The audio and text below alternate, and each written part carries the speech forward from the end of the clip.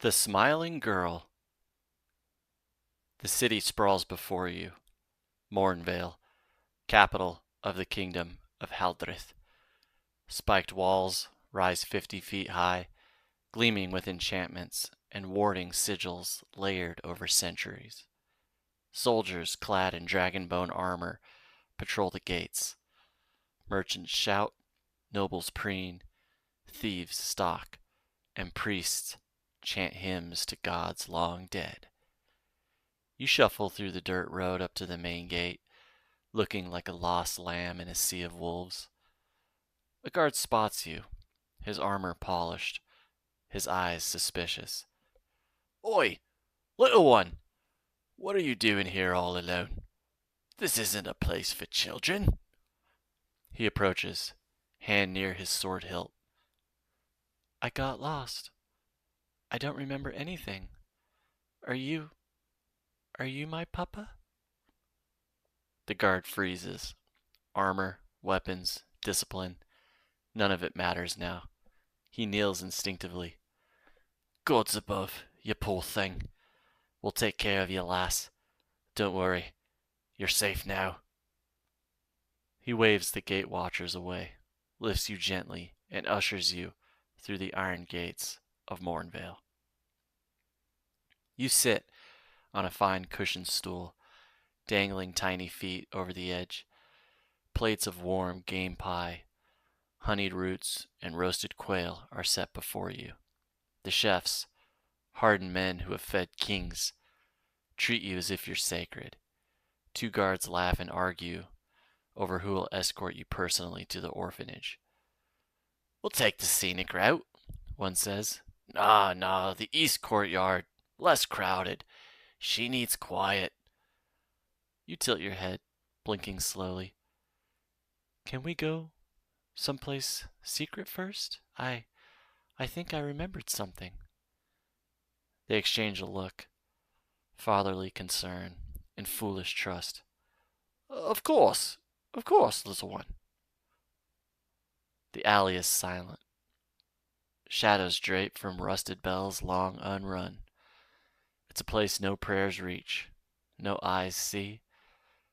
The perfect place to play.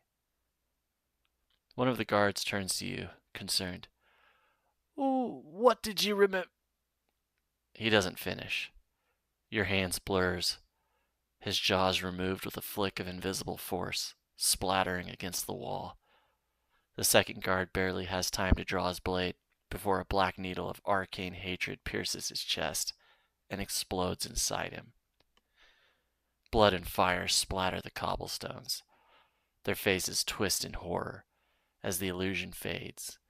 Not a little girl, but something ancient and monstrous grins back. You skip out of the alley, licking a smear of blood from your cheek. Your delicate steps patter like rain on the polished stone. Weaving through crowds of merchants, monks, mercenaries, you twirl, laugh softly, point to street magicians, and gasp with wonder. You wave at the candy vendor and tilt your head at the flower girl. People smile. They shouldn't.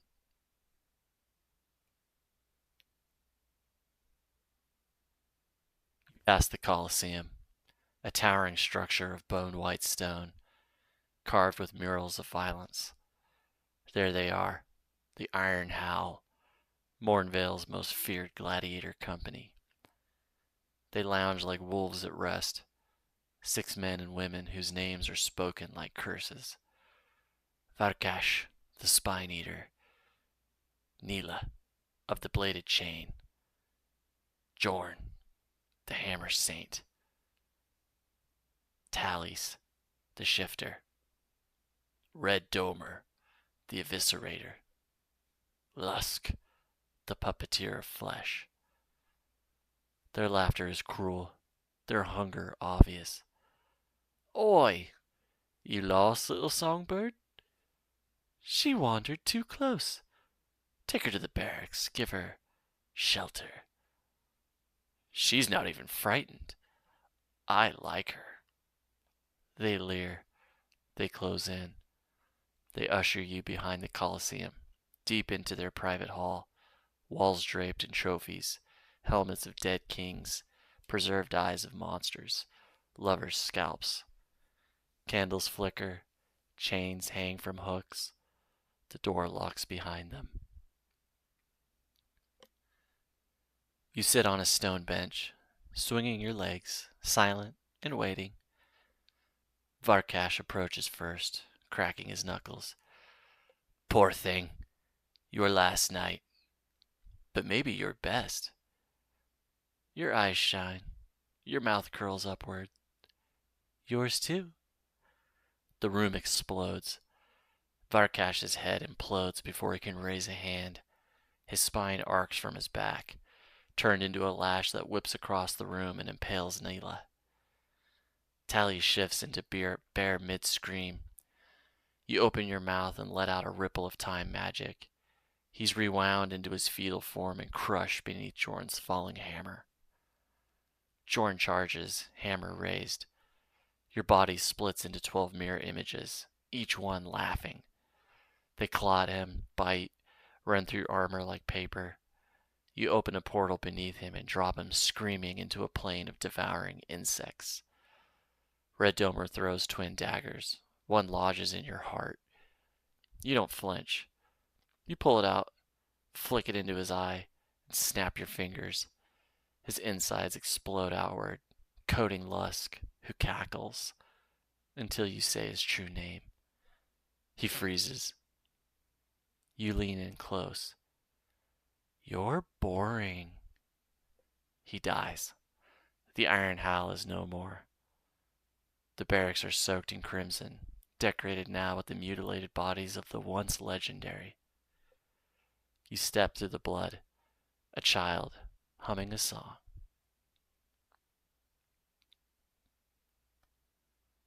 Night has draped the city in silver and shadow. You roam, your dainty feet leaving no trace. Your form is perfection. Golden curls, silken dress of noble make, soft ribbons and diamonds glinting under lamplight. Your wide, innocent eyes glisten with a lonely sort of hope. You are a dream child, a lost daughter of kings. The city takes notice. So does the underworld. They come for you in silence.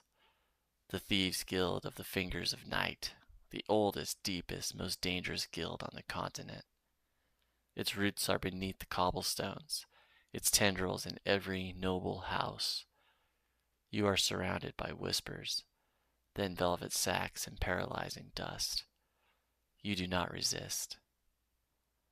Deep beneath Mournvale, past traps and cursed gates, you are brought to the guild's throne room, a cathedral carved into the earth, lit by lanterns of ghost fire. Every wall is carved with names, thousands of masters long dead. Weapons and trophies from fallen kingdoms line the hall. The current guildmaster, Draveth, watches you with sharp emerald eyes. A living legend, assassin of emperors, his cloak stitched from the veils of the brides he's slain. What are you? He breathes. You curtsy. I'm a gift. And they believe you.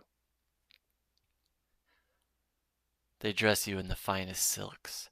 They test for magic. Nothing registers. They try to track your origin. Nothing appears.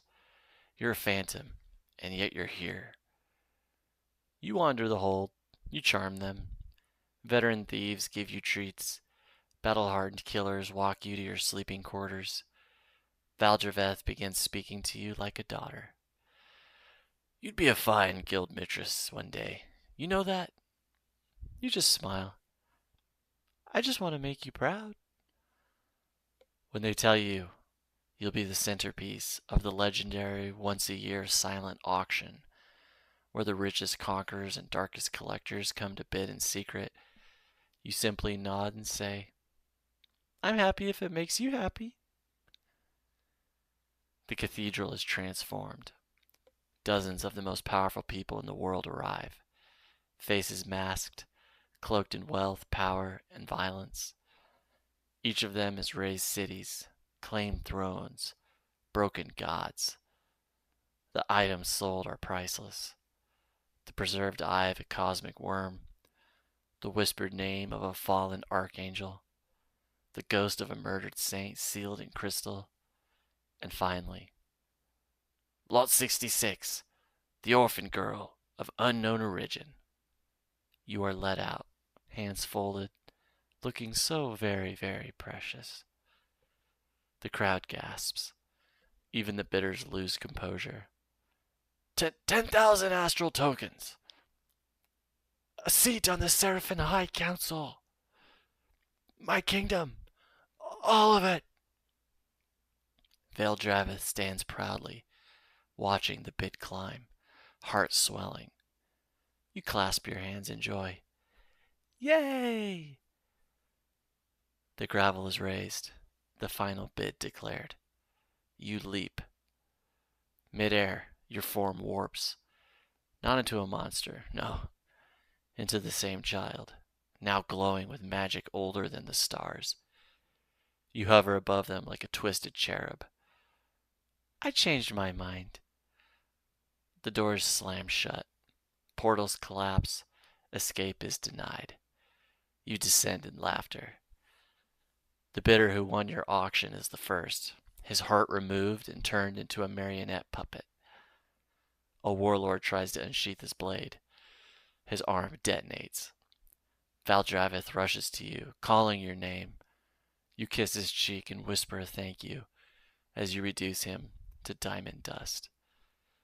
Thieves scream and vanish. Flames bloom from your footsteps. Illusions twist their minds. Some see you as their lost children, others as their gods. They weep. You giggle. One tries to flee up a wall. You turn the wall into teeth. You sing a lullaby as you move from table to table, ripping, burning, breaking. There is no battle.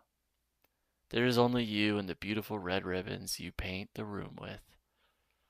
The greatest underground force in the world is gone. So is every elite bidder. The cathedral lies still, its ancient stones now smeared in sacrifice. You walk through the ashes, a pristine little girl, again, skipping, whistling a happy tune. The jewels on your dress are untouched. Not a single drop of blood mars your perfect image. You emerge from the depths of Mournvale once more. Back on the cold stone streets of Mournvale, your dress is ragged, your cheeks smudged, your hair tangled just enough to draw pity without suspicion. You clutch a chipped wooden doll and shuffle down the alleyways with wide, tear-rimmed eyes. That's when he appears. A boy, perhaps 10. Dirt on his knees, bright eyes. A real soul. The kind the world tries to break but never can. Hey, he says gently. Are you lost? You nod, clutching your doll tighter, quivering. Come on, I live at the orphanage. Sister Lannis will help you. She helps everyone. The building is ancient, a monument of kindness. Its walls warm, not by fire, but by enchantments of love cast over millennia. It has weathered wars, plagues, even divine wrath. It has always stood, a haven. The caretakers are gentle, wise, powerful mages who have forsaken worldly power for the sacred duty of raising and protecting children. They welcome you. You're bathed, clothed, sung to. The boy, Thom, sits by your bed and makes you laugh with his clumsy jokes. He protects you from bullies, teaches you how the meals work, brags to the other orphans that you're his little sister now. And you? You're perfect. You dance, you sing, you tell bedtime stories that make even the tiredest child smile. The caretakers say you're a blessing. Thom says you saved his heart. The night is quiet. The hearth crackles.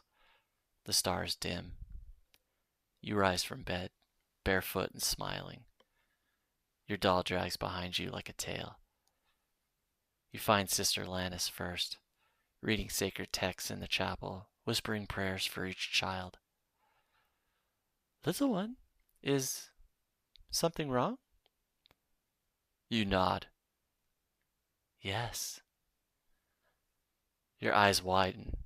Her eyes widen. As a black thorn grows through her chest, her soul siphoned into your doll's hollow eye. You twirl through the halls like a ribbon in wind, humming as caretakers awaken to the smell of burning dreams.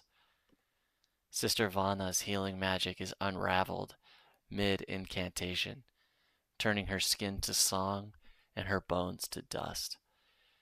Brother Emmett tries to bind you in a shield of divine love. You kiss him on the forehead, and he bursts into starlight, scattered, beautiful, meaningless. You giggle as you open the door to the children's quarters one by one. They come to you, trusting.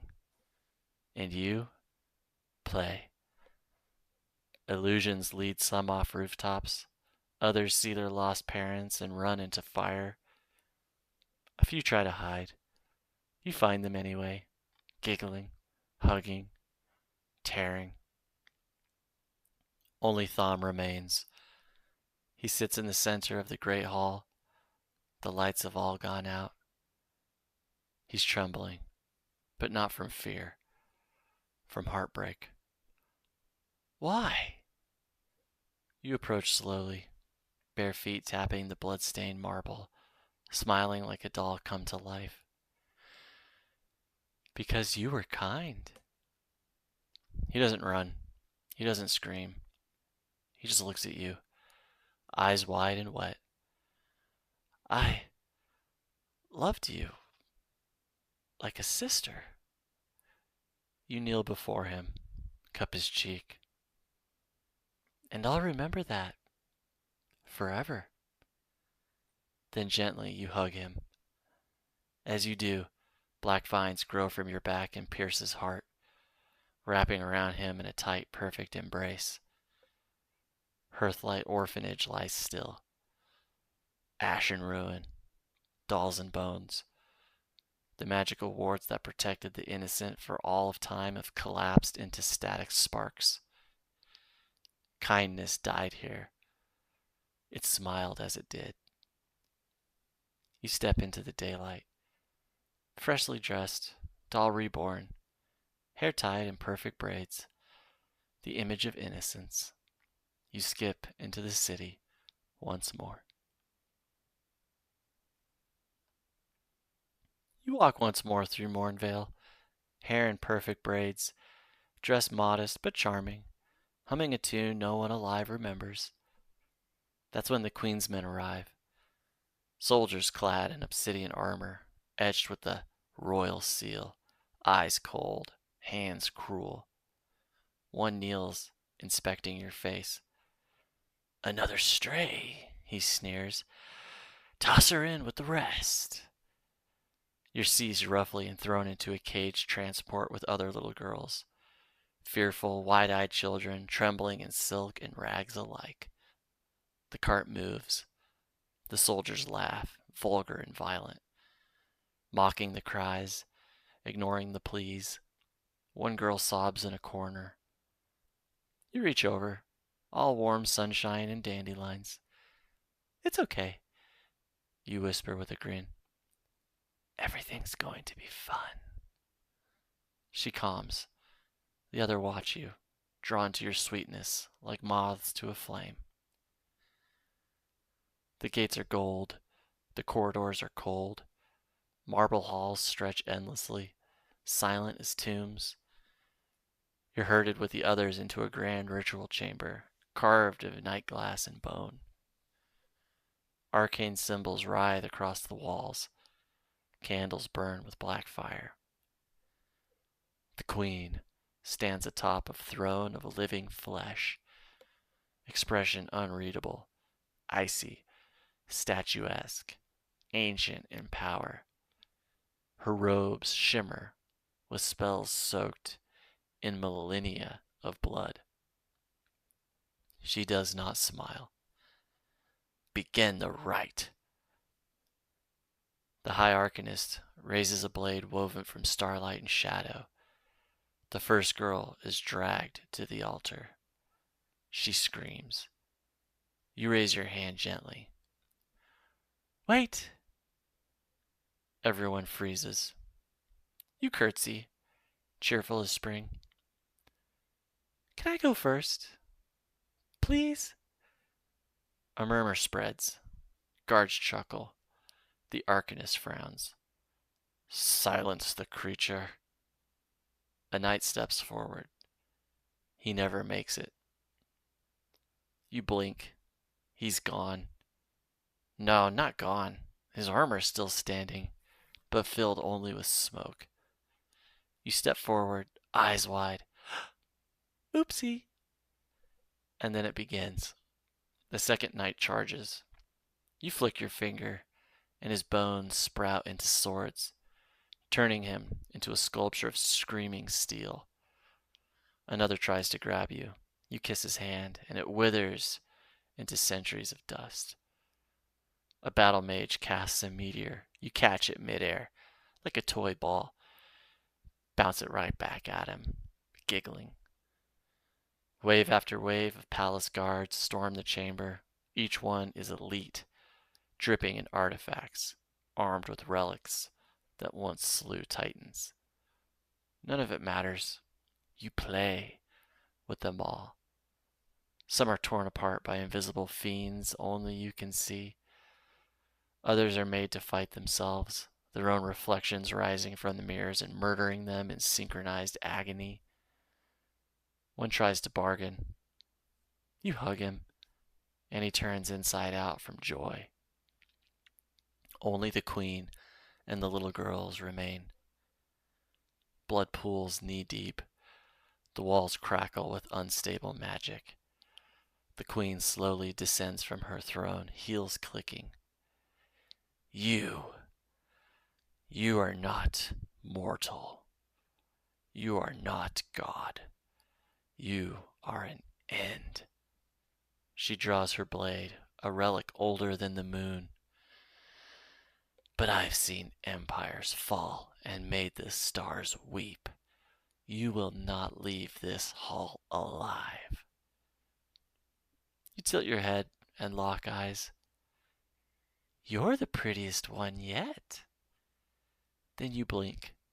Just once. The queen's blade shatters. Her body convulses. Her eyes melt. But her mind stays intact. You step close and she falls to her knees. Shh, you whisper. I want you to know it was me. You press your forehead to hers. Her scream becomes a hymn that will echo in the walls forever. The little girls are still. All but one, the sharp one, the first you comforted, steps forward. Please, just make it quick. You pat her head. Silly. I like you. With a wave, black light pours over them. Their bodies do not change, but their eyes burn now with hunger. Their hearts twist. Their fear melts, replaced by ambition, violence, purpose. They stare at you in awe. One of them licks blood from her hand instinctively. Another begins smiling for the first time. You're free now, you say sweetly. Do whatever it takes to survive. That's what grown-ups do. The queen is dead. The guards are gone. The palace is in ruin of blood and laughter. There is rioting outside in the city. And now 12 little girls, monsters reborn, follow one giggling child through the shattered gates. The gilded doors swing open, and from the mountain of corpses in ruin you emerge. not a hair out of place.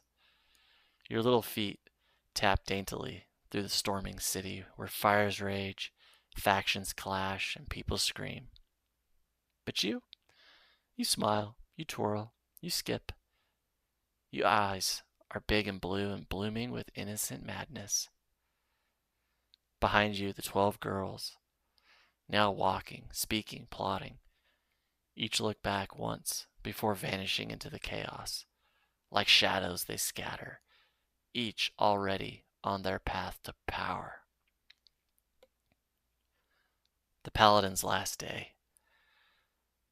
Sir Caldrith, the light forged, clad in radiant plate kissed by the gods, stands like a beacon amid the riot, calming mobs, parting chaos with his mere presence. He has slain demons, tamed dragons, survived divine judgment. His gaze falls upon you. Child, this place is not too late. To him, time slows. You rise before him, unchanged but impossibly vast. His sword crumbles, his armor decays. You touch his cheek, and he remembers his birth, his sins, the lie of his oath.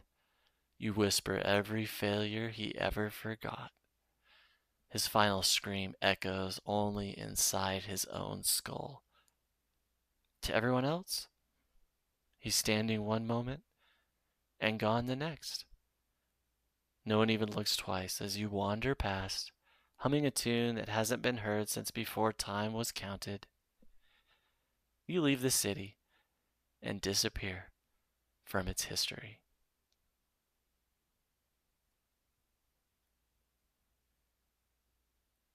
Centuries later, Mournvale is unrecognizable, a jewel of civilization. Golden towers, airships, streets paved with sentient stone.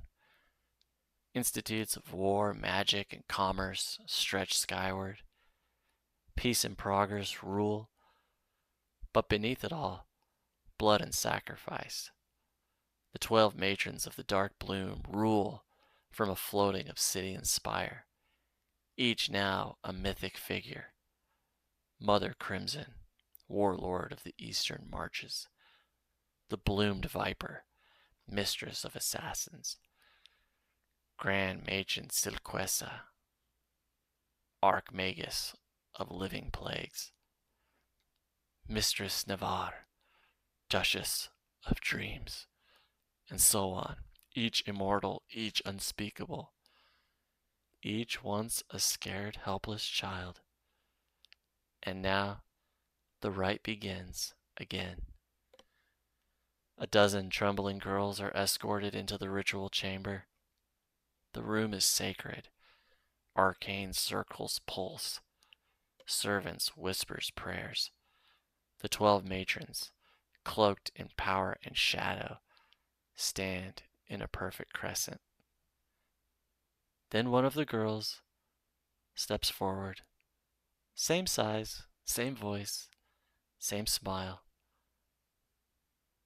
Can I go first? The words ring like a curse. The 12 women go silent. Their power surges reflexively. Eyes flare. Spells rise to their lips. But nothing moves. You step forward with violence curled inside your smile. Do you remember me? You should. I'm your favorite. And for the first time in centuries, the 12 feel it. Fear. Not for the kingdom, not for the right, not for the world, for themselves. You tilt your head. Your doll blinks. Let's play. The end.